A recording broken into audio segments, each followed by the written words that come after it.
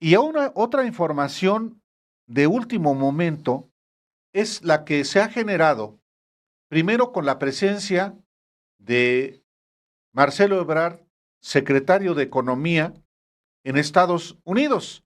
Hoy el propio Marcelo Ebrard informó que se reunió con el equipo encabezado por Jamieson Gear en Washington, que es Ese es Lutnick. este es el secretario Este es de Lutnick. Comercio. Miren, aquí me da la razón, fíjate, sin entrarle a más datos. El día de hoy sale la balanza comercial Por parte del INEGI. de INEGI. INEGI publica balanza comercial. Antes de entrarle a siquiera lo del Temeque, ¿saben ustedes que nunca antes en la historia de México habíamos exportado 664,837 millones de dólares? Le voy a repetir la cifra porque es una locura de cifra. Imagínense usted el motor de país que somos, ¿eh?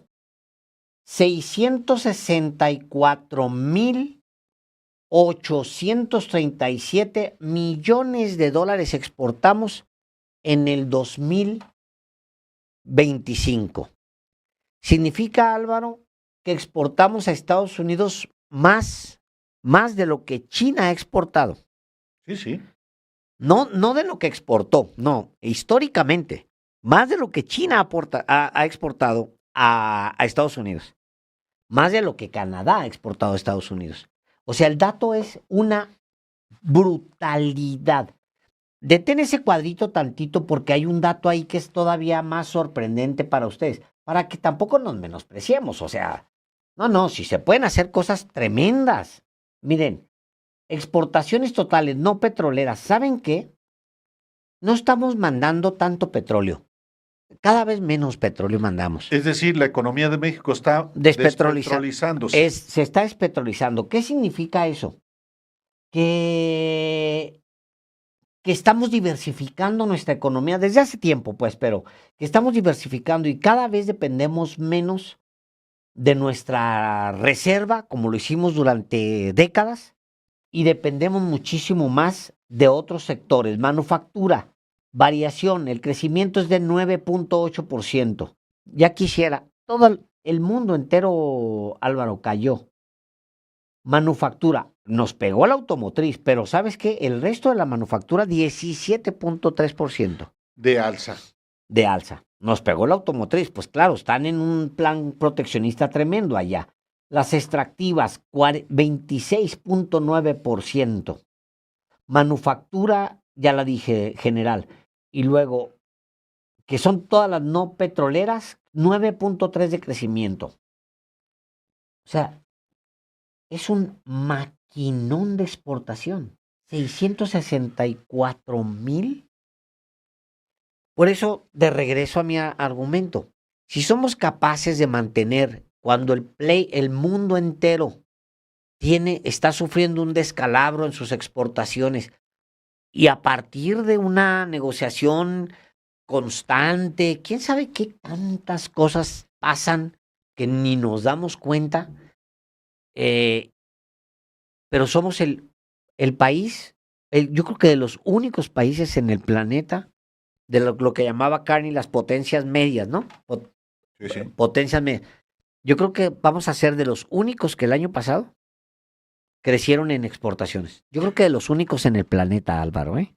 A ver, las exportaciones de México el año pasado crecieron 7.6%, que es la mayor alza en 3 años.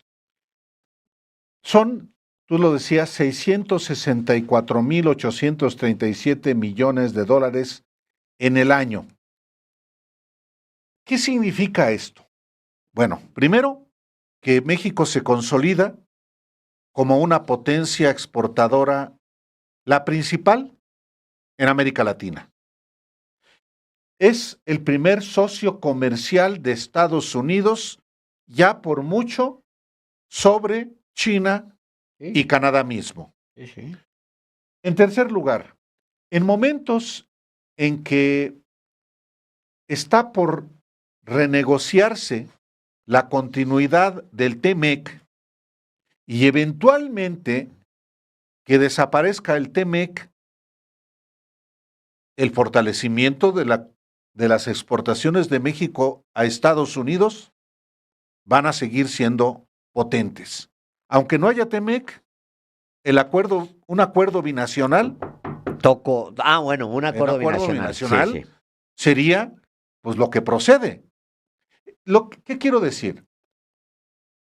Pues que México, con todas las dificultades que implicó el primer año de Donald Trump para el planeta entero y para México mismo, logró un crecimiento de estas exportaciones a Estados Unidos, si bien en el caso de la industria automotriz disminuyó y disminuyó también en el ámbito agropecuario. México tiene una enorme potencia exportadora y, bueno, es un dato que es importante resaltar porque, como Alejandro decía, lo que ha vivido el mundo y lo que hoy mismo está viviendo es un retroceso que sí contrasta claramente con el caso de México y su relación con Estados Unidos. Dice Secretaría de Economía, dice que el motor del crecimiento de las exportaciones fueron la industria extractiva y la manufacturera, que tienen un aumento en ventas al exterior de un aumento de 27 y 10%. Los principales destinos de la exportación de México en 2025: Estados Unidos, 83%, Canadá, 3%, China, 2%, Alemania, 1%, Corea del Sur, 1%. Yo creo, Álvaro, por ejemplo, que en el caso de Canadá, hay no sé cómo se va a resolver el tema de si se firma, Estados Unidos no reclame a México exclusividad. Hay una cláusula, no recuerdo cómo se llama, de primer país, de país socio, algo así, que dice, que lo que dice es: si yo te lo puedo vender, tú no tienes por qué andarlo buscando en otra parte. Y eso te da prioridad, pero también le da prioridad a Estados Unidos. Ahora, con respecto a Canadá, si se rompe el tratado, México tendría que sentarse rápidamente y recuperar ese 3% de las exportaciones que tiene México a Canadá, Álvaro. Se tiene que resolver pronto. O sea, Canadá tiene que ser un destino sí o sí de México. Por eso la presidenta hoy anuncia que en febrero, y febrero comienza la próxima semana, viene un grupo muy importante de empresarios canadienses. Ya, Álvaro, ya, luego. Ese 3% se tiene que ir a 15%, así, rápido, así, están en nuestro poder. Me regreso nada más porque por la discusión que tenemos ahorita, que no es discusión, pues es parte del tema. Yo creo, Álvaro, que si el gobierno de México es capaz, si la presidenta de México es capaz de mantener algo que parecía casi imposible, salir ganador en uno de los años más terribles que yo recuerde, sale México ganador en uno de los terrenos donde todo mundo está perdiendo. Yo digo, ¿plurinominales? ¿Me explico? O sea, si hay un atrevimiento para muchas cosas, ¿por qué no ponerle un control a los cuates estos?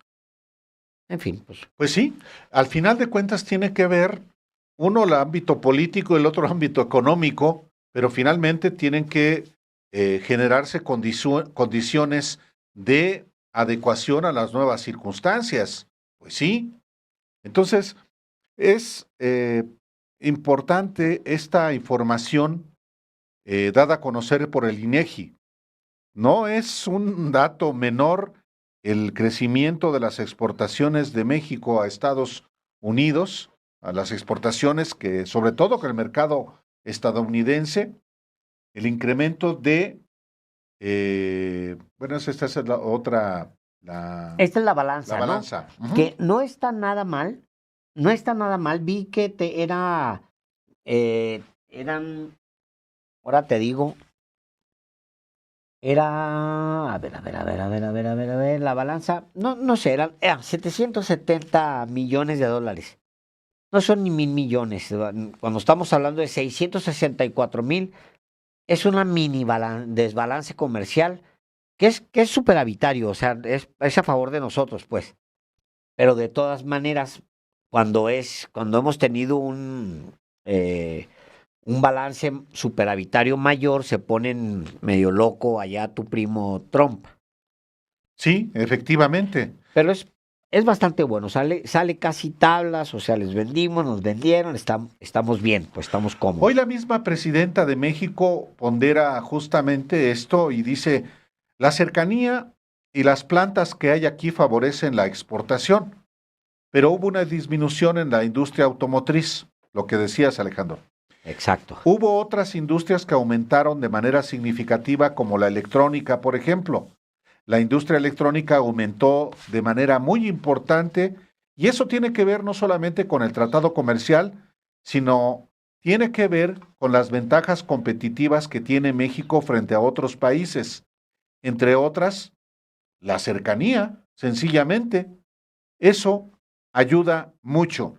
Y dijo más, fíjense, disminuyó un poco la industria automotriz y las autopartes en la exportación. Una parte de ello tiene que ver con la disminución de la demanda en Estados Unidos, en menor medida por el arancel. Recuerden que México tiene para varias marcas estadounidenses principalmente o también japonesas que tienen cadenas de valor en México y en Estados Unidos, un descuento por la cantidad de partes que se fabrican en Estados Unidos. Y sí, pues es parte, insisto, de esta información relevante de la propia presidenta de México. Fíjense, teníamos un audio de la presidenta. Si te parece, Alejandro, vamos a escucharla justamente sobre esto que le informábamos a usted y lo ponderábamos y también le damos la dimensión que corresponde. Y hay mucho regateo también en términos mediáticos. Si es un buen dato, ¿para qué lo doy a conocer? Es un dato que le va bien al gobierno y a México, pues mejor lo escondemos. Oye, pero eso, ¿no? Perdón, ¿es cierto, Álvaro? No, pues claro. Lo estoy tratando de encontrar, ¿no? No, pues se esconde la información. Es parte también, pues, de la realidad política de nuestro país y la realidad mediática. ¿Son buenos datos? No, esto hay que hacerlo nado. Pues eso es escamotearle el derecho a la información que tienen los mexicanos, ocultar la información o manipularla. Esa es corrupción periodística, corrupción informativa. Si tú ves los medios, Alejandro, no está. Lo esconden. Hay una cosa me extraña del economista porque no es el más económico, ya el otro ya es el financiero. Financiero es de política, ¿no? ¿No? No lo veo. Pues sí, pero por eso es importante esta información que le proporcionamos y esto fue lo que dijo la presidenta hoy. Fíjense, disminuyó un poco la industria automotriz y las autopartes en la exportación. Una parte de ello tiene que ver con la disminución de la demanda en Estados Unidos, no solamente menor medida por el arancel, porque recuerden que México tiene para varias marcas, que son las marcas estadounidenses principalmente, o también japonesas que tienen cadenas de valor en México y en Estados Unidos, hay un descuento por la cantidad de partes que se fabrican en Estados Unidos. Entonces, y la cercanía y las plantas que hay aquí, pues favorecen la exportación. Pero hubo una disminución en la industria automotriz. Pero hubo otras industrias que aumentaron de manera significativa, como la electrónica, por ejemplo. La industria electrónica aumentó de manera muy importante. Y eso tiene que ver, pues no solamente con el tratado comercial, sino tiene que ver con las ventajas competitivas que tiene México frente a otros países. Entre otras, la cercanía, sencillamente. Eso pues ayuda mucho. Entonces, y también no solamente aumentaron las exportaciones, sino que la balanza comercial, es decir, qué tanto se importa y qué tanto se exporta, exportamos más de lo que importamos. Eso siempre es bueno para la economía. Fíjate, dice un sauce de cristal, se llama la cuenta. Dice, Alejandro, pero seguimos siendo un país de mano de obra barata. Aunque el salario mínimo haya subido, no se compara con el de muchos países, seguimos siendo maquiladores. Tiene usted mucha razón en parte. Sí ha evolucionado muchísimo, muchísimo. La mano de obra en México se ha especializado tremendamente. Se ha especializado. No, le recomiendo mucho que escuche la conversación que tuvimos con Marcelo Ebrard Sí. y publicamos Está en el canal 11. Está en el canal 11. Véala, porque esa conversación le va a dar un poco más de luz. A mí me sorprendió mucho saber, para bien, pues que ellos lo tienen muy medido, cómo se ha venido especializando por sectores, muchos sectores en donde éramos simplemente, ya no somos un país que hace sombreros y zarapes, Álvaro. No, o sea, somos un país que tiene su grado de especialización. Yo escribía algo sobre esto y es cierto. Es cierto que seguimos siendo un país de mano de obra barata, pero ya no tan barata, ¿eh? Ya no es nuestro valor agregado, tenemos otro tipo de valor agregado. Pero la buena noticia es, algo estamos haciendo, hay empleo, buen empleo, algo estamos haciendo que está cambiando muchas cosas y está bien. Sí, naturalmente, y lo sabemos todos, y eso se expresa también en el chat que están diciendo, lo que falta es que, pues tiene que haber una mejor poder de compra. El salario mínimo efectivamente ha recuperado poder de compra y se ha jalado a otros sueldos. Sigue siendo todavía en México, siguen siendo muy bajos los sueldos que cobran muchos mexicanos. Hay evidentemente todavía rezagos, por ejemplo, que tienen que ver con la autosuficiencia alimentaria, rezagos que tienen que ver con nuestra propia industria farmacéutica, por ejemplo, la fabricación misma de medicamentos para que no tengamos que importarlos. Tiene que ver con otros sectores del país, pero al final de cuentas tiene que ver también con la orientación que desde el Estado mexicano se le dé a la economía. Los polos de desarrollo que a muchos, hay un sector al que le parecen muy neoliberales porque implican que en ciertas zonas donde se establecen, pues haya gente que deje la actividad agropecuaria para incorporarse a la actividad industrial. Bueno, los polos de desarrollo tienen el propósito justamente de fortalecer también no solamente la plataforma exportadora, sino el mercado interno. Y el fortalecimiento del mercado interno implica también que haya no solamente más trabajo, sino que haya mejores salarios y que haya, por tanto, mejor calidad de vida. Y el gobierno pueda obtener más recursos del producto del trabajo y de la actividad productiva para los programas de bienestar, que ojalá no existieran efectivamente, ojalá no existieran los programas del bienestar, y porque toda la gente estaríamos en una situación de clase media. Eso paulatinamente va cambiando en la medida en la que hay millones de mexicanos que dejan la pobreza, que se bastan por sí mismos, por su trabajo, pues eso va generando evidentemente el crecimiento de las clases medias. En la medida en que los mexicanos tengan acceso a la educación, a la salud, pues eso va generando efectivamente que más mexicanos dejen la pobreza en nuestro país. Y de eso se trata un proyecto como este, que se canalicen los recursos que tiene el Estado al beneficio de su población y no al beneficio de una élite como estaba acostumbrada a esta élite, particularmente durante el periodo neoliberal. Entonces, es información, creo, relevante la que se presenta por parte del INEGI sobre la actividad comercial, la actividad productiva. Es importantísimo.